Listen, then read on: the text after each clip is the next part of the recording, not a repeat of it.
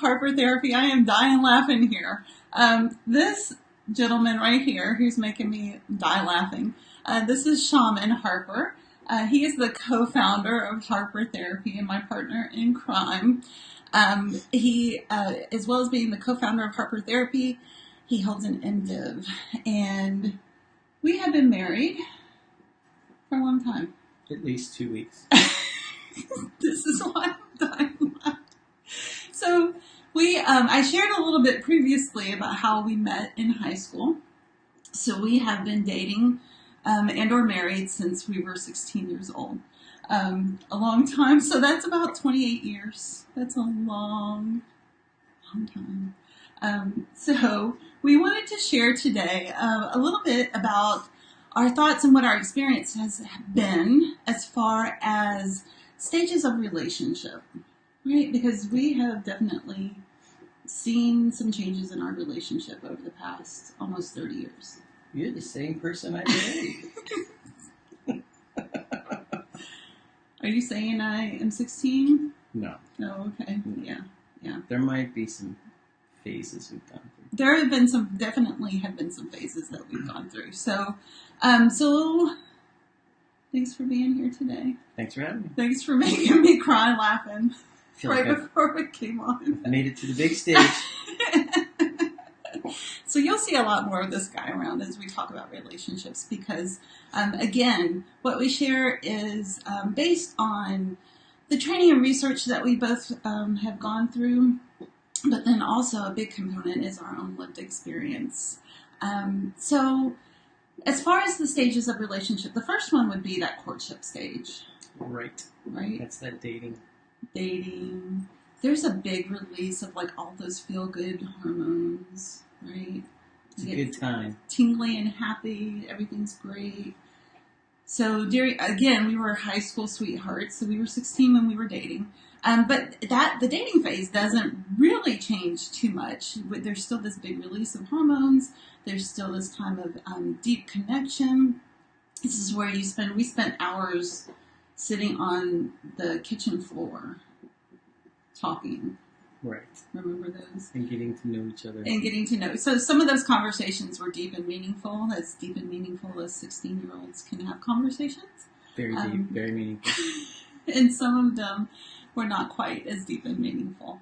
But that is a time where you're really on your best behavior, right? Sure. When you're around that person that you are dating, you mind your P's and Q's. You put your best foot forward. Everything's roses. Everything's happy. I'm still in that phase. I don't know about you, but I'm all still the time, there. every moment. It's all courtship and hormones. Right. All right, so that is the initial stage of relationships, and that lasts during that dating time. Then at some point, the relationship takes a turn, a little bit more of a serious turn. You've dated long enough. You have decided, wow, I really know this person. I want to spend the rest of my life with this person, or I want to take this relationship to the next level. That might mean moving in together. It might be marriage, whatever it is, but it's a deeper level of commitment. Shacking up. Right. And this is where things take a little bit of a turn. Maybe you're not quite as on your best manners during this time, right? Probably some of the veneer wears off of the courtship. Mm-hmm. You get to realize, oh, that person's as disgusting as I am. He said before he didn't know that girls farted until we got married. And then, so this is where the reality of your decision sets in. I remember we got married. We were very young. And our honeymoon was spent driving across the country from Alabama to Arizona. And all of our worldly possessions were in the back of the smallest U-Haul that you can rent. And I remember distinctly us driving into our final stop in Arizona and me jumping out of the truck and slamming the door and saying, "Take me to jail, I want a divorce." because we had just spent 3 days traveling across the country together in a very small vehicle. And there was a component that I was like, what have I gotten myself into? So there's a little bit of that as we let the guard down, as we're more real with each other, as we're more aware of kind of the level of commitment that we are stepping into. But then there's a lot of safety and security and the warm fuzzies that come from this period of time too. Right. It's that bonding still. I mean, you're moving to deeper places in your relationship, and you're more committed to each other, and you're more committed to like the future and what you're doing. Yeah. And then also balancing that with like, how do we make this work with actually living together? Right. How do we divvy up responsibilities? I just assumed that he would do all of the mowing of the lawn, all the outdoor stuff. You assumed wrong. Yeah, right? So those are some of the benefits and some of the challenges of moving into that more committed phase. Right? It's the next level. It's a natural progression. But that's the commitment phase. Then we move into the most challenging phase. Sure. And this is when we typically see couples in the office. This is the monotony and the disillusionment phase. This is where, and I always reference like the Dunkin' Donuts commercial, you know, the guy waking up like time to make the donuts, right? Like life sets in, responsibilities set in, job work stress sets in, chores. This is the grind. The grind. It is tough on a marriage. Yeah. It does have a lot of benefits, right? This is where a lot of times couples will add kids into the mix, right? Or dogs. Or dogs. Kids, definitely. As the kids get older. Well, I mean, careers start to progress. Right. So there's the benefit of, you know, finding satisfaction in success in careers and that kind of thing. Definitely adding children to the family is a benefit for many couples. But this is also the most likely stage where couples stop being as intentional about the relationship. Well, right. This is that first stage where you're like everything's still relatively been like peaches and roses till you get to here. Right. And then like here, all of a sudden you take this weird look at each other and you're like, I don't know you. Like, what happened here? Right. Yeah. And I think that one of the biggest challenges for relationships is adding kids, right? Oh, because then there's a huge shift in dynamics in the relationship. There is a lot of times, and this is very gender stereotypical, but a lot of times the wife and mom will really dive into taking care of the child and can lose herself personally as her own entity outside of being a mom and caregiver. And this is where sometimes the husband will look up or the other partner will look up and say, like, what's going on here? Well, or even get so focused on career and stuff like I got to provide and blah, blah, blah. And, you know, I've got to hit these marks and make these places. And, you know, the focus kind of shifts off the relationship a little bit. And it kind of has to spread. This is what I say, like, this is where relationships go to die, this period of the relationship, right? This is where a lot of relationships, unfortunately, have a hard time kind of making it through the deep waters of this period of time. Well, because it's a reforming, really. I mean, if you're going to make that next step, you are very different people after this phase. Definitely. So this is the period of time that there are thoughts about leaving the relationship. There's either an unhappiness or a thought that I could be happier. Right. So this is where marriage has shifted over the past several years from being more transactional to being more focused on this notion of love and romance and intimacy and commitment. And so the thought might not even be, gosh, this is a horrible marriage. It could be, I could be happier somewhere else. Right, or this isn't what I signed up for. I thought it would be this, and you've changed, and you know, all those things, and I've changed, and, or it's not you, it's me. You know, that kind of stuff. But this is where Shaman hit the nail on the head. This is the period of time of personal growth and self-growth. Right, and you should be doing that. We should be, just in general, right? That's Maslow's hierarchy of needs, is that actualization of growing and maturing and really stepping into our authentic self. And this is about that midlife time frame. In midlife, in psychological terms, doesn't have a physical or chronological age. It's that period of time in your life where all of the coping mechanisms that you've used previously no longer serve you in the same way. So that's where the wheels are kind of falling off for a lot of us individually, right? And we definitely, those are some rocky years, right? Yeah, I mean, you lose. Good. I mean, a lot of great memories. Right. But, tough. Yeah, so what do you lose? I was just going to say, you lose that sense of relationship, that together self, right? It kind of, the focus shifts. So for us in our relationship, we ended up having 3 kids in 4 years. Crazy.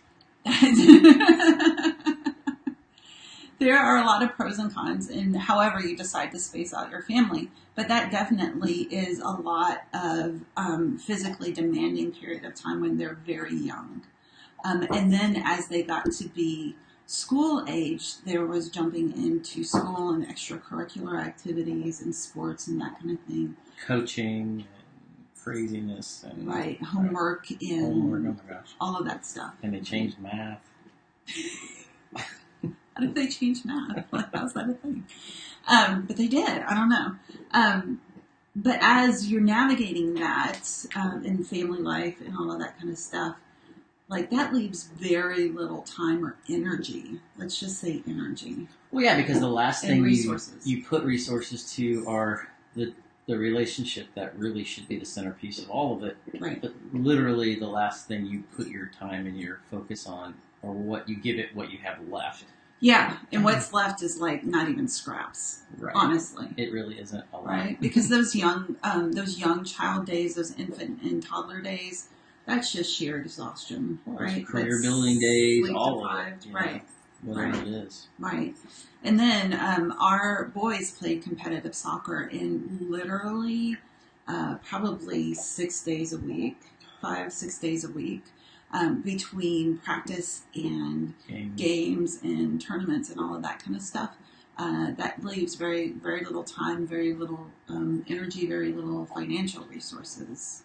Right. And then you follow that up with a daughter who does horseback riding, and you're like, oh my gosh, I thought horse soccer was crazy. Right, right. And then a lot of times, families, as we've been spread from our family of origin or other family members, it's hard to find someone to watch the kids so that you can go out. So it is doing what the Gottmans talk about as far as making those bids for connection and receiving them. Right. Put the phone down. That's my bit of relationship advice for today. Put the phone down, which is a challenge for all of us. We can all get drawn into Facebook world and email world and text world, but allow your relationship and your partner to be a primary focus for you for a period of time every day, even if it's 5 minutes. That's better than nothing. Right. If you manage to survive this, and it is a lot of work, but let me say it is so worth it. So worth it, guys. Then you have a deeper level of love and a deeper level of the relationship. Yeah, you kind of move to that. Are you talking about going to that next place now? Mm-hmm. That deeper moment? Yeah, and I think you're very different. Yeah. When you get there. Right? Yeah, because you've grown. Yeah. You've changed. You've learned new levels of vulnerability. You've learned. Talk about that more, because I think that's important. Well, I think you can't take your relationship to a new place or to a deeper place unless you're willing to dream together and be vulnerable together and discuss kind of where we're going and where we want to be and what does our idea relationship look like, and that does require vulnerability, right? That requires two people to let the walls down and talk and really dream. I think dreaming is important. For sure. And playing together is super important too. Oh yeah, I think that gets lost in that middle phase. Even too. Being creative together. Mm-hmm. You know, whether you're painting your pets or you said paint your pants. Well, not literally painting the dogs, but painting pictures of painting pictures of your dogs, which is something we did not too long ago, yeah. or painting anything, or doing anything creative together, or just putting music on in the background and cooking dinner together. Yeah. You know, that's creative time as well. There's a little bit of component during this phase of the relationship where you kind of look at each other and, depending on what has happened in the previous phase, you either go like, I don't even know you anymore and I'm not sure that I like what I see, so I'm out. Or like, hey, there you are. Right. Right? I've missed you. I've missed us connecting in the way that we had before. Yeah, or I like where we're going. Right? I like where we're going. Yeah. So this is where we are. So talking about vulnerability, we have grown into more of our authentic self, and we can really see and love and respect our partner for who they have turned out being. And I think that there is a level also of vulnerability where after this amount of time together, we know each other's wounds. Right. Right. We know the tender spots. Right. And you shouldn't use those for like your advantage. That things can unravel pretty quickly. But that's a result of being that vulnerable, right? Mm-hmm. I mean, you do know each other's wounds. You do, you know where to hit below the belt, but you don't. That's not the focus. And you choose not to. And not only that, but it can shift into, hey babe, I'm here with you in this. Sure. And that's what it kind of should shift to. That's the invitation.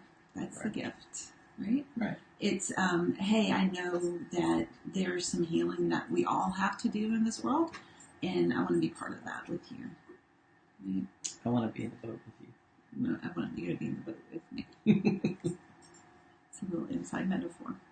And so that kind of leads us to the next phase, right? So we're not in this phase yet, but we're kind of like teetering on it.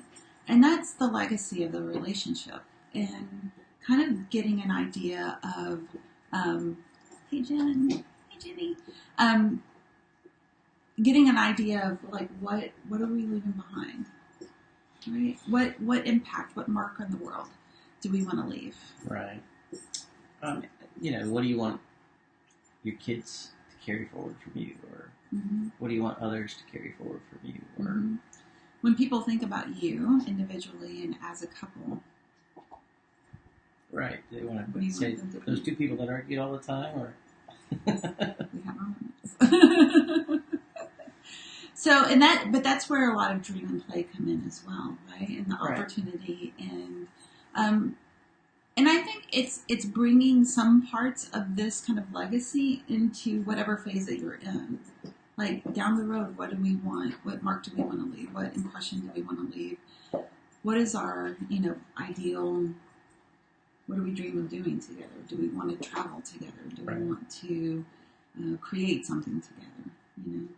Right. So starting to have that conversation even in the courtship phase, but definitely in that third phase of monotony, right, and disillusionment, and just kind of connecting with each other periodically and saying, okay, where are we going? Like at some point, and this is something that I would say that we tried to be somewhat intentional about, right? At some point, these kids are going to be out of the house, right, and it's going to be the two of us. And what do we want? What does that Where do we like? want to be? Right? Where do we want to be when that happens? Right. So those are the 5 phases of a relationship that we kind of identified and wanted to share with you guys. What are your thoughts? Are there other ones that we missed? Do you have questions or comments about these? We'd love to hear them. And if your relationship could use some support, which all of us, they all do. Sure, they all could. They all do. Give us a call. We want to be your home for hope, growth, and healing for your relationship, because there are good things that are on the other side.